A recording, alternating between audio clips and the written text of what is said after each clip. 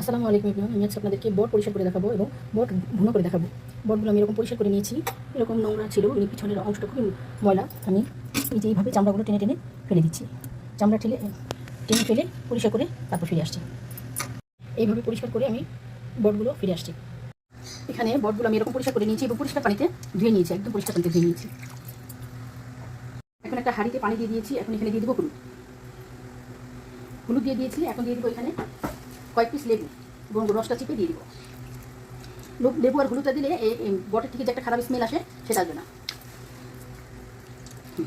এখানে পানিটা ফুটে উঠেছে। এখন আমি এখানে একটা একটা করে দিয়ে দেবো। হালকা একটু ভাব দিয়ে যখন একটু শক্ত হয়ে আসবে তখন আমি এটা উঠিয়ে পরিষ্কার করে নেব। পরিষ্কার করে কেটে নিব। গরম পানি থেকে বটগুলো উঠিয়ে নিয়েছি। এখন এগুলো আমি কেটে নিব। ঠান্ডা হলে কেটে নিব। ছোটো ছোটো টুকরা করে কেটে নিব। বটগুলো আমি এরকম ছোটো টুকরা করে কেটে নিয়েছি। এরকম লম্বা লম্বা করে পিস করে নিয়ে আমি এরকম কেচি দিয়ে কেটে নিয়েছি। এখন এইভাবে সব বটগুলো কেটে নিব।